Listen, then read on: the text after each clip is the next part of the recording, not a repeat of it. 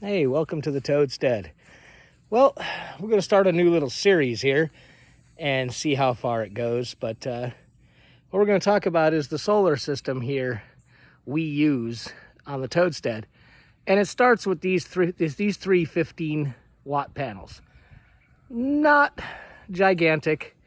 And as you'll see later, they put out an average of about an amp hour or 1 amp per hour. And while not huge, certainly expandable, and we have quite a bit more here on site. But with what we're running, this seems to be working. So from these three, which are wired together, you come over here, and our construction trailer is this old Airstream. And again, this is temporary. I want to make something crystal clear. We use the Airstream and its systems as a test bed for the future cabin. But we're just going to go through it. The wires from the solar panels come up to that Sunsaver Duo, and I might do a video on it by itself. But suffice to say right now, that takes the power from the solar panels and charges this pair of 6-volt batteries, which are wired in series to give 12 volts. And that's a wonderful little machine. Not only do I like it because of what it does for us here, but this one also has the capability of charging 2 completely separate battery banks, pardon me, which in the future is really going to come in handy. So the solar power comes from the panels to this battery controller into this set of batteries, and you can kind of look at this as the gas tank for the power. And then stock location right into the Airstream. Back in the day, this is a 74, and back in the day they put one, I think it was a group 32 or 34 marine battery in there, and I suppose it did what it needed to do for 1974, but we've come a long way, and we've added a lot of stuff just, as campers, whatnot. So this certainly wouldn't do. So for right now, they're here. We have a little shield here to keep them out of the sun. And let's put that shield back, and I'll take you inside and show you where this all goes. All right, well, this is where my iPad normally sits, and my phone sits over on the one, just like 2 stands exactly alike. And this meter is attached to the controller. Try and get it where the little bit of reflected light in here. And yeah, there's just a decorative stuffed animal back there. But sitting here this is a Blue Sea double USB, and these are high amperage. I'm trying to see if I can show that on camera. But these will run 4.8 amps. And obviously there's one for my iPhone and one for my iPad. And then what this controller allows you to do is tell exactly what's going on. Right now we're putting 0.29 amps, 0.33. It's a cloudy day, and every once in a while the sun will peek through, and it'll jump up to 1.2, 1.5, 1.9. Maxes out around 2. Those are older solar panels, so they're not operating anywhere near their capacity, or excuse me, their original capacity. They've degraded a bit. But when you see what we've got, which in this room is the 2 eye machines, if you will, and then I've got some private stuff on the wall over there. I want to be real careful. But this light, let's see how it lights up in the daytime. You can see how bright that is.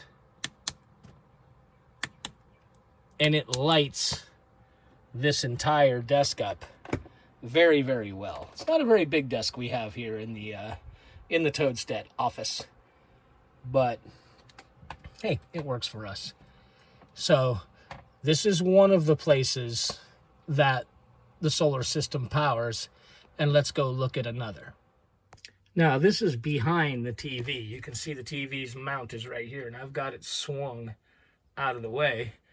And this is a high amperage switch, way more power we ever need. But this high amperage switch goes right to this pair of Anderson power pole. Now, we'll talk more about those towards the end of the video. But this Anderson power pole feeds this non-pure sine wave inverter. Now, we don't use this for much. It's got its own little fan built in, you know, and we don't care to use this, not with our little refrigerator, which you can see hiding right around the corner there. We're still looking at this, the non-sine wave. I don't want to get too deep into it, but if this was a pure sine wave inverter, we'd use it all the time. This was a gift from a friend that he used to carry in his semi, and it's just fine for charging and running things that don't use a lot of power or have motors. Like I tried to run a fan, a good size fan on that, and it ran slow, which means it's going to be using too much power through heat, blah, blah, blah, blah. But it is another place where we can plug in things like lights if we need to and run them off of the solar system. We can run, I think I can show you this down here, our little O2 cool fan. These things are amazing in the small amount of power they use. So if we have a power outage and it's hot, which it is in the summer, we get thunderstorms, it does happen, we can run a certain, I think this is 175 watts. So we can run small lights, we can charge, again, other devices like Bluetooth devices. We have a little Bluetooth speaker, my girlfriend's little iPad, just another option if we do lose power. And just as a side note, this is where the original location of the cigarette lighter style plug and the antenna in plug came in 1974 in this Airstream. So that's another option. Okay, up here, this is, gosh, on the old Toad channel actually showed making these. And these are big 5050 LED strip lights that I built a long time ago and stuck them in here. And you can see by the faded ceiling that there used to be a light fixture here. And I'll show the original light fixture. I still have one in behind me. And as soon as I keep my fingers out of that. And again, this hugely amount of light. Not a problem there. And in the Airstream here, we have two of these that, again, everything in this Airstream that was 12 volt from the factory is now being run by the solar system. Okay, I'm at a weird angle here because I'm up underneath the front. You can see some cabinetry up here. And these are, again, these are the same LEDs that you just saw, but without the fixture and all that stuff, sticky backing. And I built these and wired them into the original halogen deals that came, the original halogen fixtures that came with the Airstream in 1974. So just a matter of taking the bulb out, and these little things are bright. I think there's a video on our Toad channel, and it might be on Toadstead, I don't remember, that showed me making these and then showed the A and B difference. There's one of these on each side. I'm sitting on the couch, and there's one on each side of the couch as reading lights. And these use, I'd imagine they use maybe 0.02 or something, a stupidly small amount of amps to run. Way less than the original fixtures did. And again, because these are wired into, from the factory, the original 12 volt part of the system in this trailer, these are now run by the solar. There, now I said I'd show you one of the original fixtures. This is what this Airstream came with from the factory. And as you can see, 1, 2, 3, 4, 5, 6, and these are 1156 bulbs, just like the automotive bulbs you'd see. Now at this point, I haven't replaced these, but just wanted to give you an idea.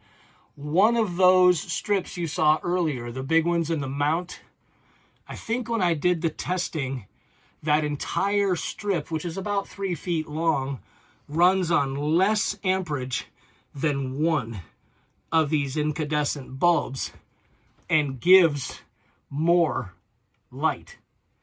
So let's look at the last light we have. Okay, this is the stock bathroom fixture, and it contained 8, I think it was 8, might have been 10 of the original 1156s.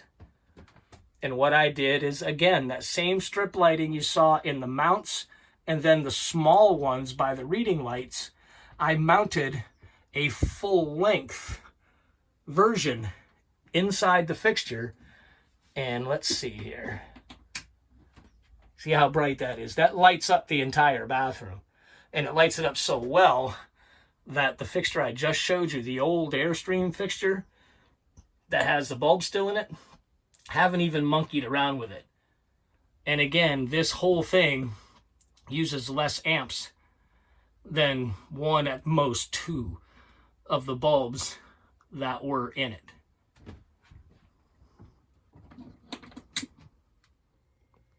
All right, the last thing I'm going to show you before we get to the conclusion is this little rig.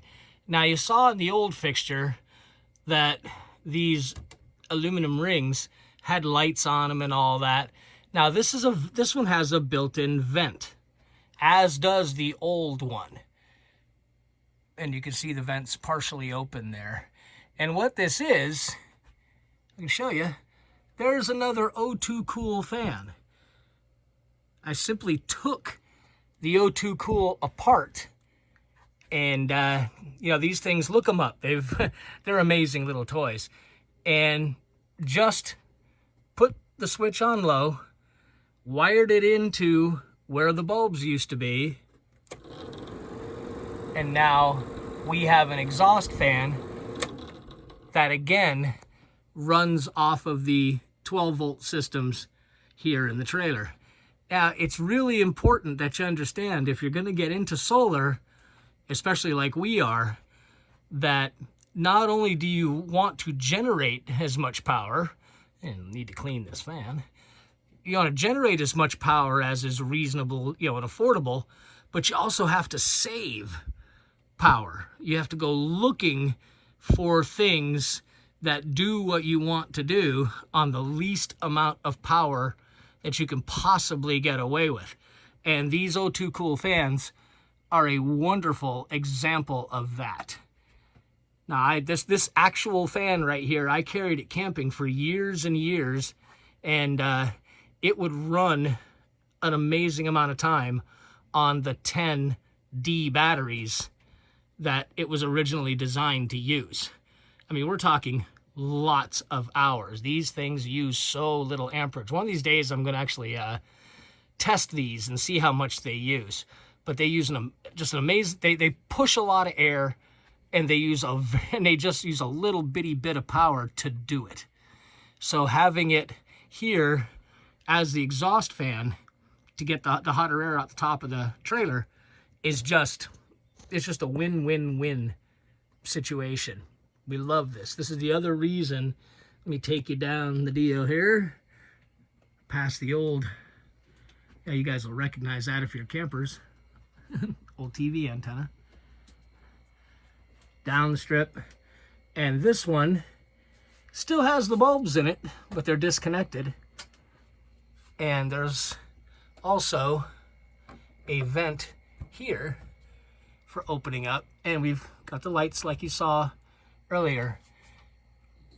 And I can't emphasize enough that looking for ways to find machinery and gear that use very little power to do the job is almost as important as putting more solar panels and controllers. That kind of stuff can get expensive. So, heck, even if you don't use solar, then why not save money by using LEDs and great little products that do the job without using a lot of power? All right, this seems like probably the best place to hang out while I wrap this up. Now, as you can see, or we've seen in the video, that right now we're generating 1.14 amps. So for those of you who don't really understand the way this works, it's measured in amp hours. And the bottom line is, if you're using 1 amp for an hour, you're using 1 amp hour. And you can do the math and figure out, exactly what you use and whatnot. With a lot of this, some of the stuff we have, we can actually gauge it pretty close down to knowing exactly where we are all the time. I'm going to add a battery monitor, which will be able to tell me the condition of the batteries anytime, but don't have that yet. But the bottom line is that the philosophy is, the more stuff that we can run from the battery's solar system combination, is every single little bit we run is bit we don't have to pay the electric company to run. So obviously our intent, while we'll never ever go completely off grid at the Toadstead, that's very unlikely, because there's still things like water heaters, microwaves, stuff that uses very, very high power, where it's just, by the time you bought enough solar panels and batteries, it might not be worth it. At least it isn't for us. But what we're going to do is slowly take more and more and more off of the grid and onto our own little solar system. Now, right now, I've got, like as I told you in the early part of the video, there's 3 15-watt solar panels. That's our array. That's what's generating that 1.14 amps as we speak right now on this partially cloudy day. In the shop, I have roughly 500 watts of solar panels. You can do the math. It's a lot. And that's eventually what we'll go to as we get the house built. But because we want to have low voltage, 12 volt, 48, 36, depending on the situation, available to us from the sun, we're going to build these systems right into the cabin as we build it, or the Toadstead house, whatever you want to call it, the bungalow. It's not a tiny house. It's not a regular house. It's kind of in between. So we're going to build it from the ground up. And what we're doing now with this trailer, we're taking advantage of the fact that it already had a 12-volt system on board. Now, we had to make some modifications. If you're real interested, especially if you own an older Airstream, I'll get into how we did it. But the important part is testing this type of equipment over the course of building the house, which I don't know when you're watching this video, but right now we're at about month 4 of the whole COVID pandemic, which has brought all of the major construction to the Toadstead to a complete halt, as we're just hunkering down and getting through, because business is pretty lousy right now. So we don't have a lot of money for capital improvements, so we're waiting. But while we're waiting, using the small scale Airstream to learn about not only the equipment itself, how to use it, how to install it, how to best utilize it, but how to adjust our behavior in order to prepare for more things coming offline. All right, I hope you get the idea. See y'all next time around.